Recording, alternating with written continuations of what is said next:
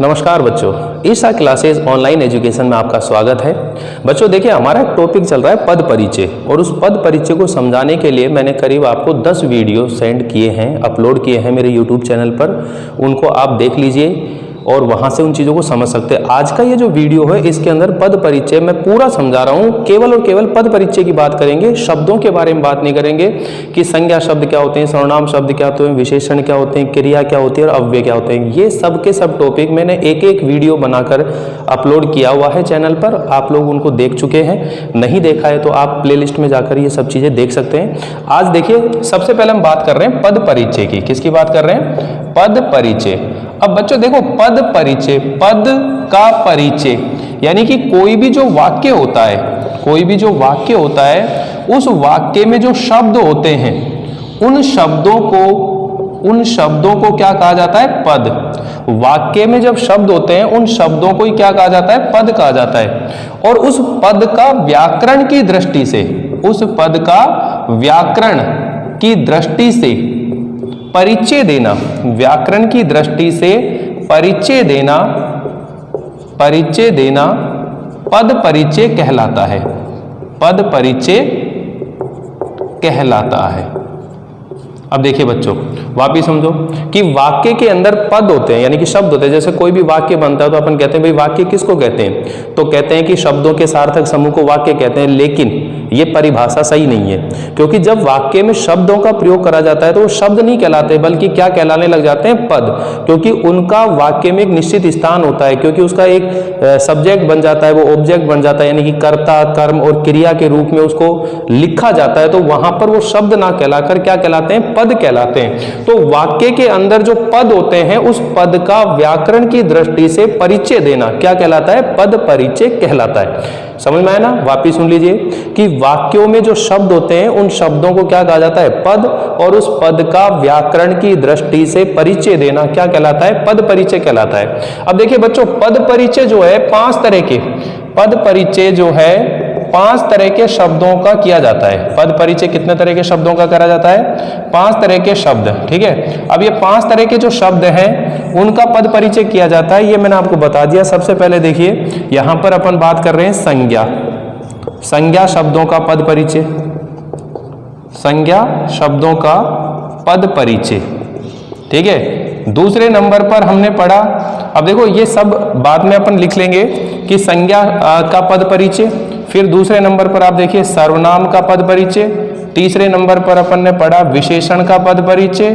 ठीक है, और चौथे नंबर पर क्रिया का पद परिचय। और 5वां जो नंबर है वो है अव्यय। क्या है? अव्यय। इन अव्यय को ही क्या बोला जाता है? अविकारी। अव्यय को ही क्या बोला जाता है? अविकारी। तो यहां ये देखिए, ये 5 तरह के शब्द हो गए जिनका पद परिचय करा जाता है। अब एग्जाम में क्या होता है, आपको एक वाक्य दिया जाएगा और उस वाक्य में किसी भी पद को अंडरलाइन कर दिया जाएगा और आपसे कहा जाएगा कि जो रेखांकित पद है उस पद का परिचय करिए, यानी कि रेखांकित पद का परिचय बताइए। तो आपको खुद को यह पहचानना पड़ेगा कि जो रेखांकित पद किया गया है वह संज्ञा है, सर्वनाम है, विशेषण है, क्रिया है या फिर अव्यय है।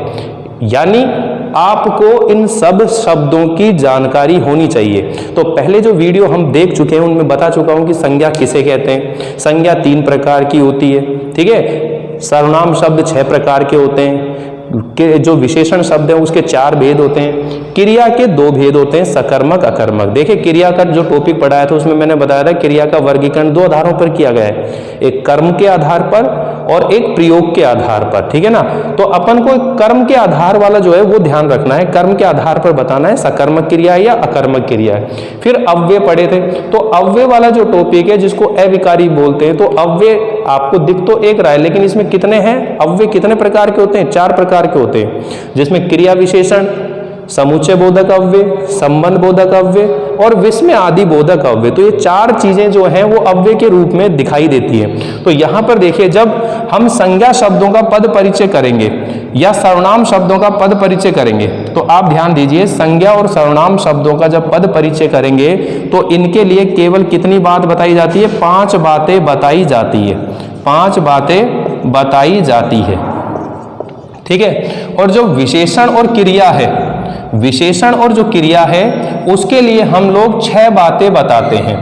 विशेषण और क्या इसके लिए कितनी बात बताते हैं? 6 बातें बताते हैं। 6 बातें बताई जाती है या बताते हैं। और जो अव्यय होते हैं इनके लिए हम लोग केवल और केवल 2 बातें बताते हैं। अव्ययों के लिए हम लोग 2 बातें बताते हैं।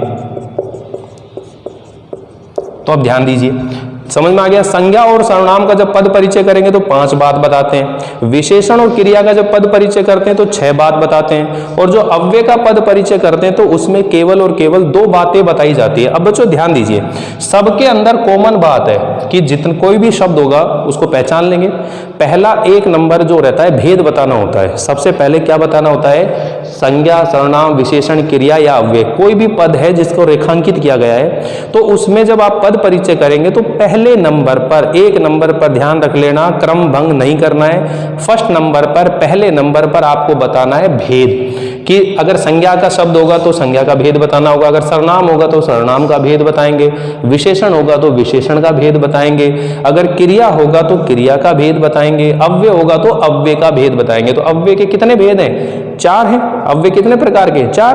क्रिया विशेषण, समुच्चय बोधक अव्यय, विस्मय बोधक अव्यय, संबंध बोधक अव्यय, तो ये 4 हैं। तो कुल मिलाकर के सभी के अंदर सबसे पहला बताते हैं अपन भेद। अब देखिए, जब भेद बताते हैं सबसे पहले अपन बात करेंगे भेद, ठीक है ना। संज्ञा होगा तो संज्ञा का भेद बताएंगे, सर्वनाम होगा तो सर्वनाम का भेद बताएंगे, ठीक है। दूसरे नंबर पर जो बात बतानी होती है हमें, वह बतानी होती है कि जो शब्द दिया गया है उसके अंदर जो शब्द है उसका लिंग क्या है। सेकंड नंबर पर क्या बताते हैं अपन? लिंग, ठीक है। और तीसरे नंबर पर बताते हैं वचन, और चौथे नंबर पर होता है कारक, और 5वें नंबर पर क्रिया के साथ संबंध। क्रिया के साथ संबंध,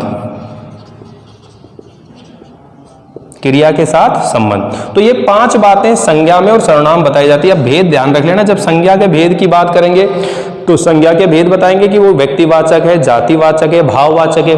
अगर सर्वनाम का भेद बताएंगे तो आपको बताना है कि सर्वनाम का वो कौन सा भेद है, वह पुरुषवाचक है, निश्चयवाचक है या अनिश्चयवाचक है, ठीक है ना, या प्रश्नवाचक है, संबंधवाचक है या निजवाचक है। तो सर्वनाम के कितने भेद होते हैं? देखिए, सर्वनाम के कितने भेद होते हैं? 6 भेद होते हैं। संज्ञा के कितने भेद होते हैं? 3 भेद होते हैं। ऐसे विशेषण शब्दों के कितने भेद होते हैं? 4 भेद होते हैं। क्रिया के कितने भेद होते हैं? 2 भेद होते हैं। अव्यय के कितने भेद होते हैं? अव्यय के कितने भेद होते हैं?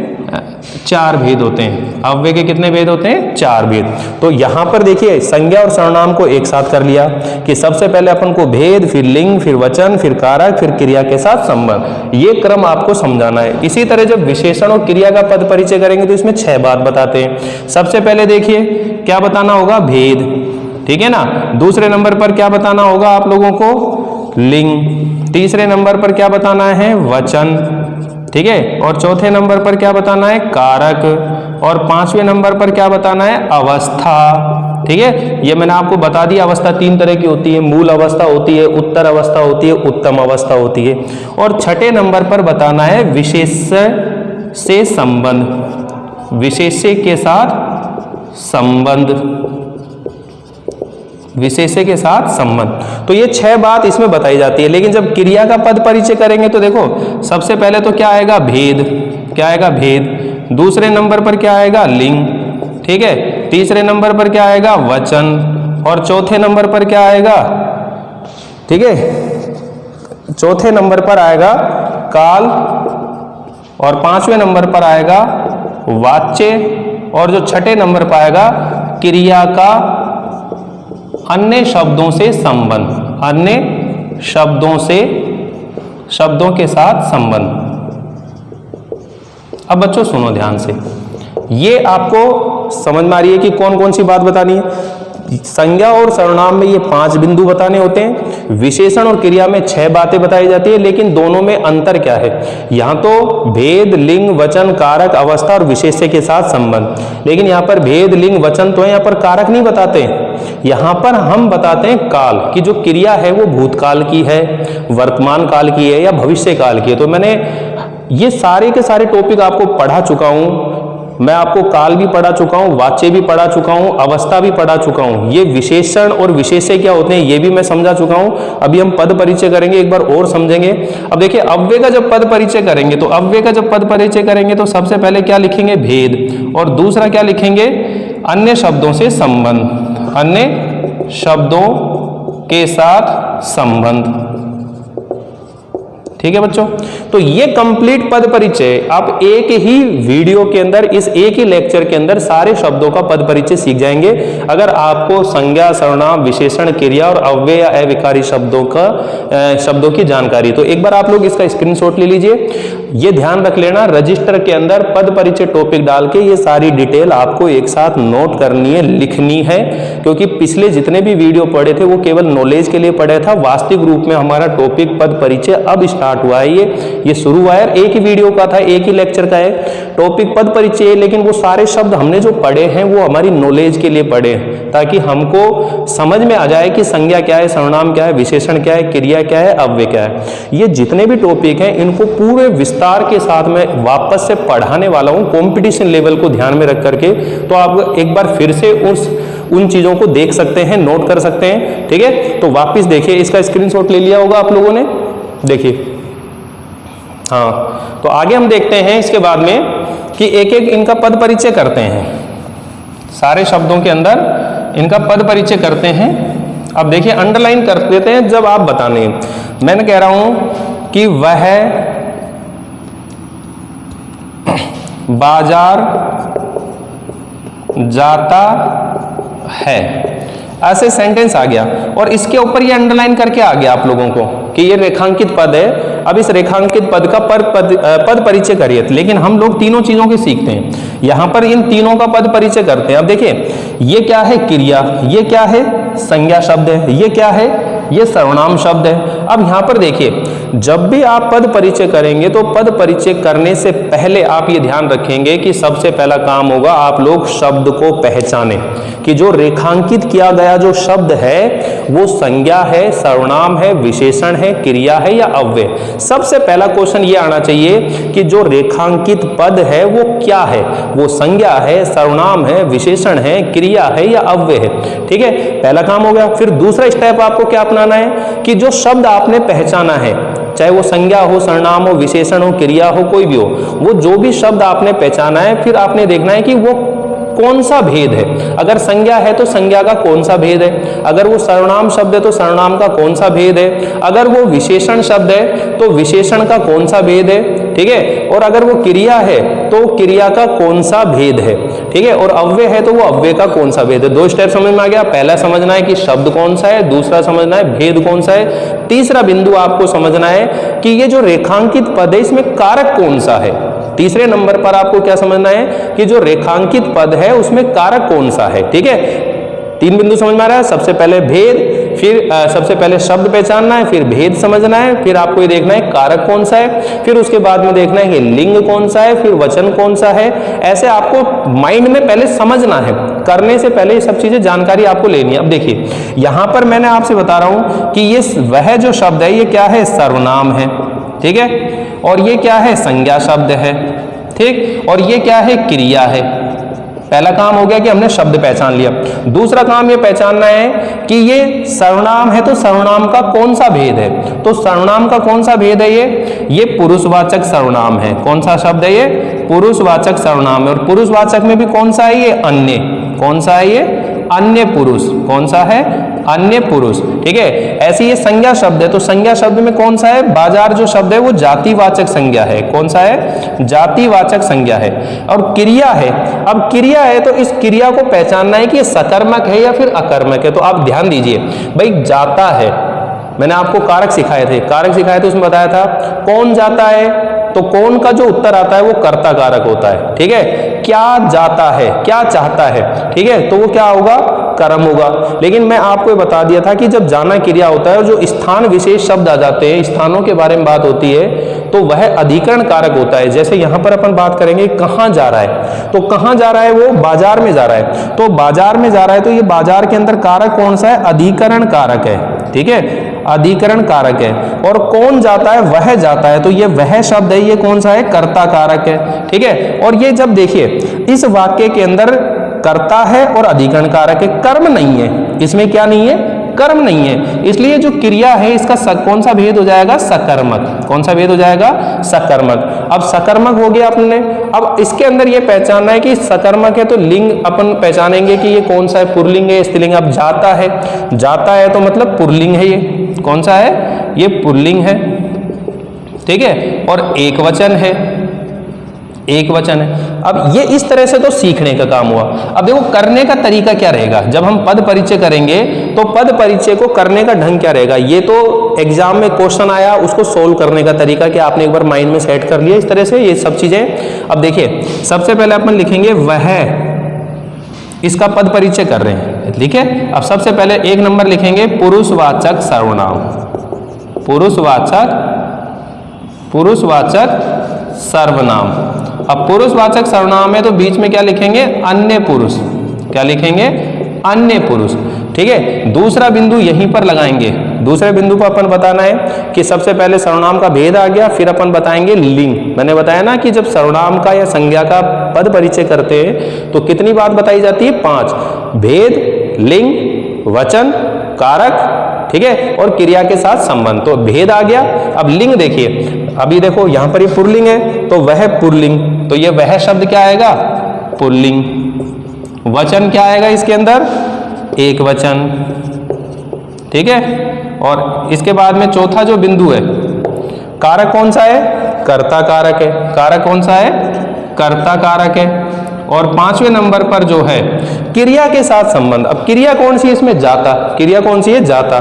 तो अपन क्या लिखेंगे, जाता है क्रिया का कर्ता है, जाता है क्रिया का करता है। समझ में आई? तो ये इसका पद परिचय हो गया। अब सेकंड पे अपन बाजार शब्द का पद परिचय करते हैं। जब बाजार शब्द का पद परिचय करेंगे तो कैसे लिखेंगे, बाजार।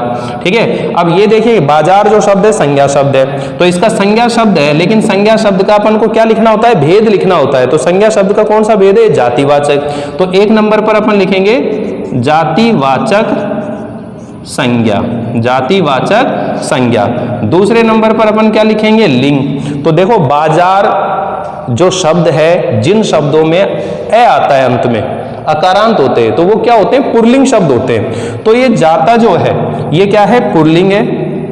बाजार शब्द जो है पुल्लिंग है। और तीसरे नंबर पर वचन क्या है, ये एक वचन है। ठीक है, और इसके अंदर कारक कौन सा है, अधिकरण कारक, अधिकरण कारक।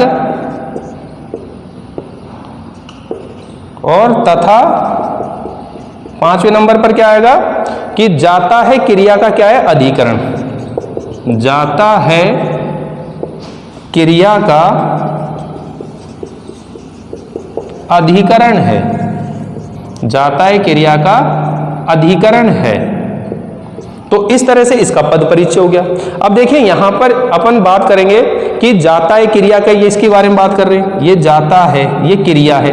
अब इसका क्रिया का पद परिचय कर रहे हैं, तो सबसे पहले लिखेंगे सकर्मक, अकर्मक क्रिया। कौन सी क्रिया, ये अकर्मक क्रिया है। यहां पर ये गलती होगी, अकर्मक क्रिया, क्योंकि इसमें कर्म नहीं है, क्या नहीं है, कर्म नहीं है। तो यहां पर देखिए सबसे पहले लिखेंगे अकर्मक क्रिया, अकर्मक क्रिया। दूसरे नंबर पर अपन को बताना होता है, देखो भेद, फिर बताना होता है लिंग, फिर बताना होता है वचन। तो लिंग कौन सा इसके अंदर, पुल्लिंग। कौन सा है, पुल्लिंग। ठीक है, और फिर बताना होता है वचन। तो ये कौन सा वचन है, एक वचन है, एक वचन है। और चौथे नंबर पर ध्यान रखना, मैंने बताया था आपको बताना होगा इसमें काल। यहां पर कारक नहीं बताते, क्या बताना होता है, काल। तो काल कौन सा इसके अंदर, जाता है जिन क्रियाओं के अंत में ता, ती, ते आते हैं तो वो वर्तमान काल होता है। तो यहां पर ये काल कौन सा है, वर्तमान काल। ठीक है ना, वर्तमान कालिक, वर्तमान कालिक क्रिया। ठीक, और 5वें नंबर पर बताना होता है वाच्य। तो मैंने बताया वाच्य कितने होते हैं, 3 तरह से होते हैं, कर्तृवाच्य, कर्मवाच्य और भाववाच्य। वाच्य के ऊपर पूरा वीडियो बना चुके हैं। तो यहां पर मैंने बताया था कि सभी के अंदर आपको क्या लिखना है, वाच्यों में कर्तृवाच्य लिखना है। क्या लिखना है? कर्तृवाच्य। तो यहां पर देखिए ये कौन सा हो गया? कर्तृवाच्य। और पांचवें के बाद छठे नंबर पर, पांचवें के नंबर पर छठे नंबर के अंदर देखिए क्या आता है कि ये जाता है क्रिया की जो भी चीज होंगी सबकी डिटेल बतानी होती है। क्या बतानी होती है भाई? जो जाता है क्रिया का, जाता है क्रिया, यहां लिख देता हूं, या नीचे दिख नहीं रहा होगा, ठीक है, तो मैं यहां लिख रहा हूं आप लोगों को, जाता है क्रिया का कर्ता वह तथा अधिकरण बाजार है। अधिकरण बाजार है। तो इस तरह से वाक्य के अंदर जितने भी कारक होंगे वो सब बताने होते हैं जब क्रिया का पद परिचय होते हैं। कर्ता है, कर्म है, करण है, संप्रदान है, अपादान, कितने भी कारक आते हैं सबके बारे में बताना होता है। तो आपका काम यह है बच्चों कि अपने गाइड में से या बुक में से वाक्य ले और वाक्य में आप लोग सारे शब्दों को पहचानने की कोशिश करें कि जो शब्द हैं उसके अंदर संज्ञा क्या है, सर्वनाम क्या है, विशेषण क्या है, क्रिया क्या है, अव्यय क्या है। उस ढंग से आप लोगों को चीजें समझ में आएंगी। तो एक बार आप लोग ये नोट कर लीजिए, फिर आगे इस पर बात करते हैं हम लोग।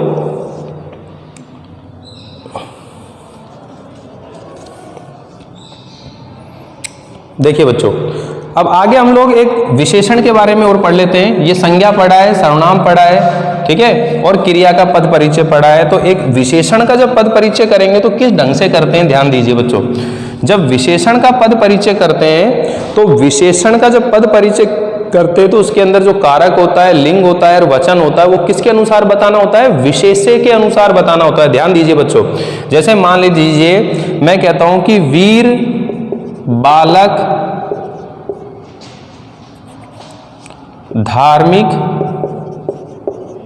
पुस्तक पढ़ता है, ठीक है। तो यहां पर देखिए वीर और जो धार्मिक, जिसको अपन दूसरे रूप में लिख लेते हैं, 4 पुस्तकें पढ़ता है।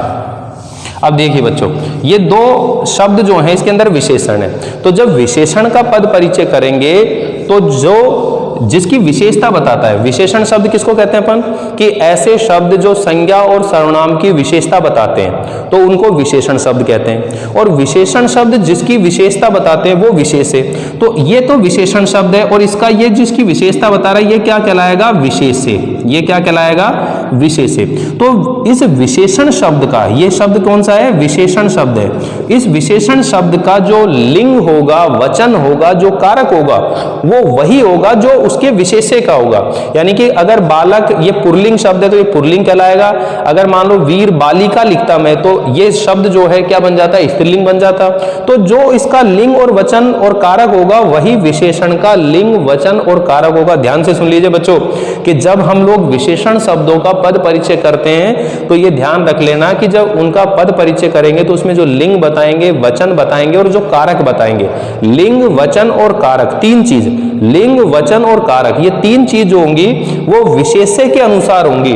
विशेष्य पुल्लिंग है तो ये पुल्लिंग कहलाएगा, ये एक वचन है तो एक वचन कहलाएगा, अगर बहुवचन है तो बहुवचन कहलाएगा, स्त्रीलिंग है तो स्त्रीलिंग कहलाएगा, ठीक है। कर्ता कारक है तो कर्ता कहलाएगा, कर्म है तो कर्म कहलाएगा, ठीक है। तो सबसे पहला ध्यान दीजिए, सबसे पहला काम मैंने बताया था जब पद परिचय करेंगे तो सबसे पहले तो शब्द पहचानना है कि वो संज्ञा है, सर्वनाम है, विशेषण है, क्रिया है, पहला काम। दूसरा काम आप लोगों ने क्या करना है कि जो शब्द आपने पहचाना है वो उसका भेद कौन सा है। दूसरा काम क्या करना है? भेद कौन सा है। तीसरा काम आपने करना है कारक कौन सा है। तीसरा नंबर के क्या पूछना है आपको? कारक कौन सा है। फिर आपको लिंग, वचन ये डिटेल दिखनी है और फिर पद परिचय करना है। तो अपन डायरेक्टली इस चीज को देखते हैं। जब कारक निकालते हैं सबसे पहले ध्यान रखिए, कारक के बारे में बात कर लेते हैं। अब यहां पर देखो कौन पढ़ रहा है? बालक पढ़ रहा है। तो कौन पढ़ रहा है? बालक पढ़ रहा है। तो ये कौन हो गया? कर्ता कारक हो गया। कौन सा हो गया? ये कर्ता कारक हो गया, ठीक है। क्या पढ़ रहा है? क्या पढ़ रहा है? पुस्तक पढ़ रहा है। तो ये क्या हो गया? कर्म हो गया। ये क्या चीज हो गया? कर्म हो गया। और ये शब्द क्या है? विशेषण शब्द है। ये शब्द क्या है? विशेषण शब्द है। और ये क्या है? इसका विशेष्य। ये क्या है? इसका विशेष्य है। अब बच्चों ध्यान दीजिए, विशेषण है, विशेषण का कौन सा भेद है? तो विशेषण का ये कौन सा भेद है? गुणवाचक विशेषण है। ये कौन सा है? ये गुणवाचक विशेषण है, ठीक है। और ये विशेषण का कौन सा भेद है? ये संख्यावाचक है। ये कौन सा है? संख्यावाचक, ठीक है। और संख्यावाचक में कौन सा है? ये निश्चित संख्यावाचक विशेषण है। तो मैंने आपको बताया था कि जो विशेषण शब्द होते हैं उसके कितने भेद होते हैं? 4 भेद होते हैं। नंबर 1 गुणवाचक विशेषण, नंबर दूसरा जो होता है संख्यावाचक, नंबर तीसरा होता है परिमाणवाचक, और नंबर चौथा जो होता है वह होता है संकेतवाचक या सार्वनामिक विशेषण। तो उन विशेषणों के भेद में से ये विशेषण का तो गुणवाचक विशेषण है, क्योंकि गुणवाचक विशेषण किसको कहते हैं? जो संज्ञा सर्वनाम शब्दों के गुण, दोष, रूप, रंग, आकार, प्रकार, दिशा, स्वाद इत्यादि की विशेषता बताते हैं उसको क्या कहते हैं? विशेषण, गुणवाचक विशेषण। और जो संज्ञा और सर्वनाम की संख्या का बोध कराता है वो क्या कहलाते हैं? संख्यावाचक विशेषण। तो यहां पर ये संज्ञा शब्द इसकी संख्या बता रहा है, ये 4 है। तो अब जब पद परिचय करेंगे इन शब्दों का, ध्यान समझ में आ गई बच्चों? अब इनका पद परिचय करेंगे। देखिए यहां पर मैं इन चीजों को मिटा रहा हूं, फिर हम लोग इनको सीखते हैं पद परिचय के रूप में। देखिए अब सबसे पहले अपन कर रहे हैं वीर शब्द का पद परिचय। कौन सा कर रहे हैं? वीर का पद परिचय। तो सबसे पहले हो गया कि ये विशेषण शब्द है, तो विशेषण का कौन सा भेद है? ये सबसे पहले 1 नंबर पर लिखेंगे गुणवाचक विशेषण। क्या लिखेंगे? गुणवाचक विशेषण, ठीक। और दूसरे नंबर पर हम लोग नोट करेंगे कि यहां पर ये गुणवाचक विशेषण है, इसके अंदर कारक कौन सा है, लिंग कौन सा है, वचन। तो लिंग की बात करते हैं तो सबसे पहले क्या आएगा? बालक पुल्लिंग है तो ये भी क्या कहलाएगा? पुल्लिंग। बालक एक वचन है तो ये भी क्या कहलाएगा? एक वचन, ठीक है। और चौथे नंबर पर हमको बताना होता है कारक। तो यहां पर मैं पहले बता चुका हूं कि कौन पढ़ता है? बालक पढ़ता है तो एक कर्ता कारक है, तो यहां पर लिख दिया कर्ता कारक है ये, ठीक है। और फिर बतानी होती है अवस्था। फिर बतानी क्या होती है? अवस्था बतानी होती है। तो मैंने आपको बताया था अवस्थाएं 3 तरह की होती है, मूल अवस्था, उत्तर अवस्था और उत्तम अवस्था। जब 2 की तुलना करने पर किसी एक को अच्छा या बुरा बताते हैं तो वो उत्तर अवस्था होती है, और जब अनेक में से किसी एक को अच्छा बुरा बताते हैं तो वो उत्तम अवस्था होती है। जैसे अपन कहते हैं राम शाम से चतुर है, तो ये तो हुई उत्तर अवस्था। लेकिन कह रहे हैं छात्रों में रमेश सबसे चतुर है, भाई घोड़ों में सफेद घोड़ा अधिक दौड़ता है, गायों में सफेद गाय अधिक दूध देती है, ठीक है ना। तो जब अनेक में से किसी एक को अच्छा बुरा बताते हैं तो वो उत्तर अवस्था होती है, और जब 2 की तुलना करते हैं तो उत्तम अवस्था। और विशेषण की जो सामान्य स्थिति होती है वो मूल अवस्था। तो जितने भी सेंटेंस आएंगे ज्यादातर उसके अंदर आपको क्या लिखना है? मूल अवस्था ही लिखना है। तो यहां पर 5वें नंबर पर जब हम बात करेंगे तो यहां पर विशेषण की जो है ये मूल अवस्था है, मूलावस्था,